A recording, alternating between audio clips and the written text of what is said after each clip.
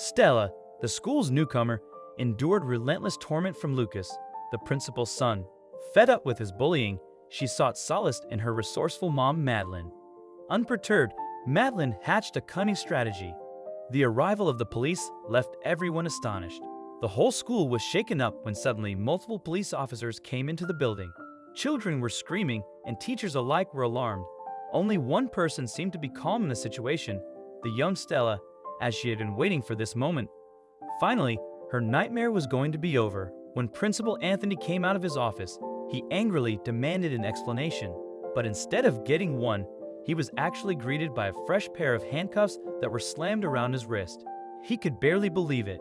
The police even grabbed his young son, Lucas, by the arm. Anthony started screaming that they would all be fired by the morning, but then the police explained to him why they had come. Anthony immediately fell silent. His eyes scanned the hallway until they landed on Stella. How could you do this? But what had Stella and her mother done? Why was Principal Anthony arrested, and what was set to happen to his son Lucas? From the very first day Stella came to this new school, it was clear that Lucas was the most popular kid in her class, and he immediately started to target the poor girl. And of course, when the most popular kid chooses somebody to bully, a lot of other people in the class will follow soon. This is exactly what happened. It started with spitballs and insults, and before the first day even ended, Stella had run out of the classroom crying because every child in the class was making fun of her. What she did not understand was that the teacher was not doing anything about it. He was clearly pretending that nothing was happening. If her teacher was not going to help her, Stella figured that her best shot was talking to the principal. He would simply have to help her, but this hope turned out to be futile. When she walked into the principal's office, the man was actually very concerned with her, especially when he realized that she was a new student. Principal Anthony sympathized with Stella about bullying among new students. Stella identified Lucas as her main bully, but Anthony unexpectedly reacted with anger, accusing her of lying. Unaware of the principal's connection to Lucas, Stella left feeling defeated. Outside, her teacher apologized, revealing that Lucas had a history of bullying and the teacher feared retaliation due to Anthony being Lucas's father. Stella, realizing the complexity, left the school. Her teacher explained Anthony's denial and the threats to his job when reporting Lucas's behavior. Stella returned home, concealing the day's challenges from her mother, Angela. In solitude, she grappled with the echoes of mockery.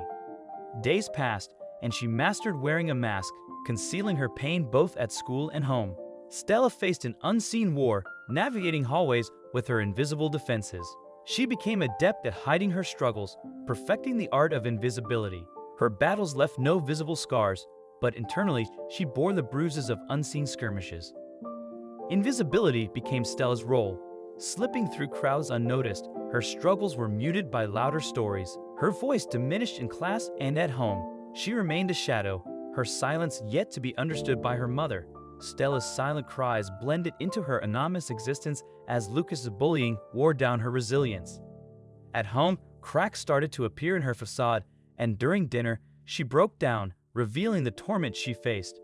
Angela, her mother, embraced her, vowing to confront the issue together.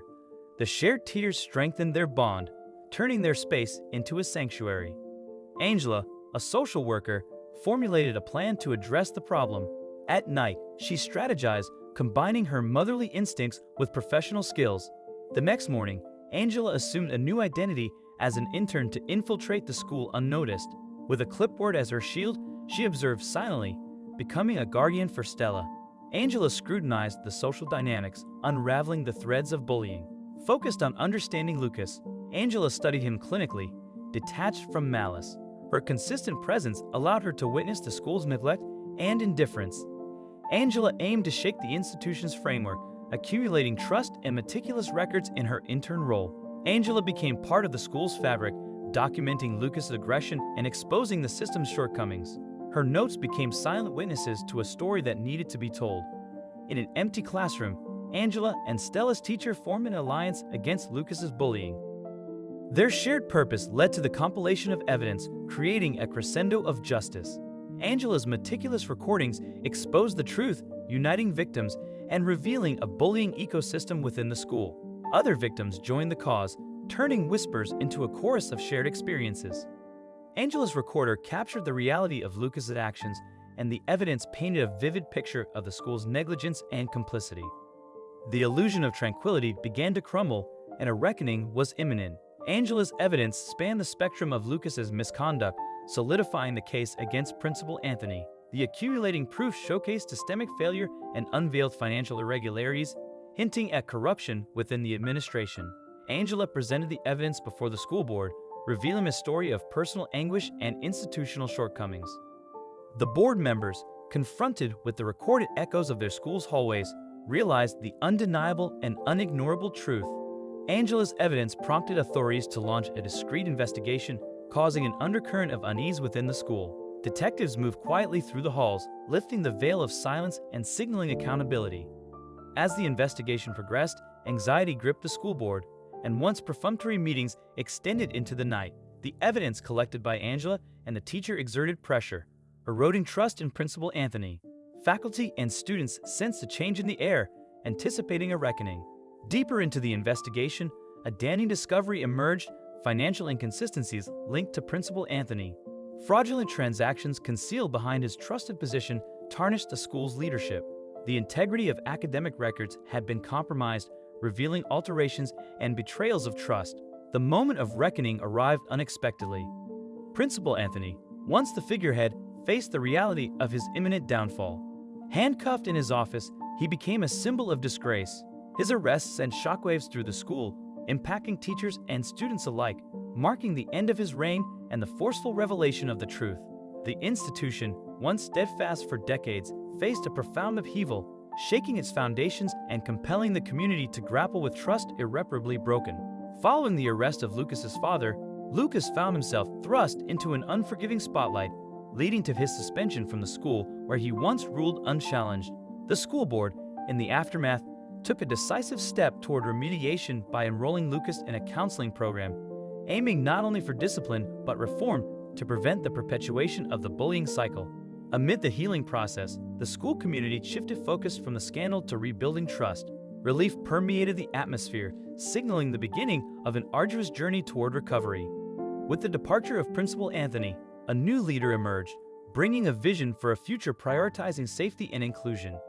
Energized by the promise of change, the community rallied behind this figure, ready to turn the page and embrace a new chapter. The school's approach to combating bullying, now fortified with rigorous enforcement and heightened awareness, embodied lessons gleaned from a painful past.